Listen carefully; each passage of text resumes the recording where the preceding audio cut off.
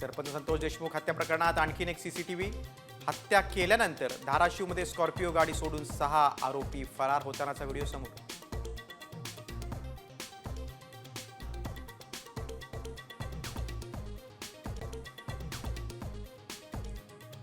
सोमनाथ सूर्यवंशी मृत्यू प्रकरणी मोठ्या मनानं पोलिसांना माफ करा. सुरेश धसांच्या वक्तव्यानं वाद. कराडलाही माफ करणार का?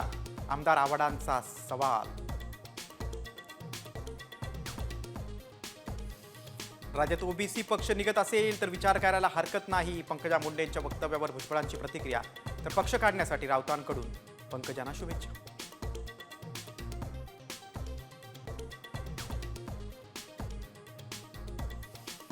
अहिल्यानगरच्या श्रीगोंदा तालुक्यातील पेड गावात कोल्ड्रिंक्सवर बंदी. लहान मुलांच्या आरोग्यासाठी ग्रामपंचायतीचा ठराव. निर्णयाचं सर्वत्र स्वागत.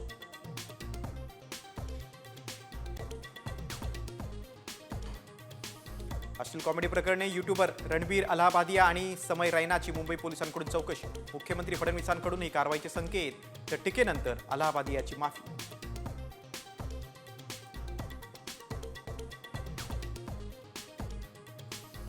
सुरुवात तुम्ही केली, शेवट मीच करणार. रामराजे नाईक निंबाळकरांचा स्टेटस. इशारा नेमका कुणाला? राजकीय वर्तुळात चर्चा.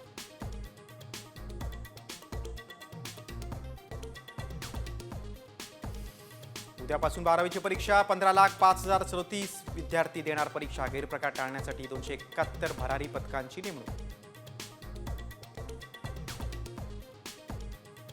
माझ्यावरील जीवघेण्या चाकू हल्ल्याला मीच जबाबदार. सैफ अली खानच्या हल्ल्यानंतर पहिलीच मुलाखत.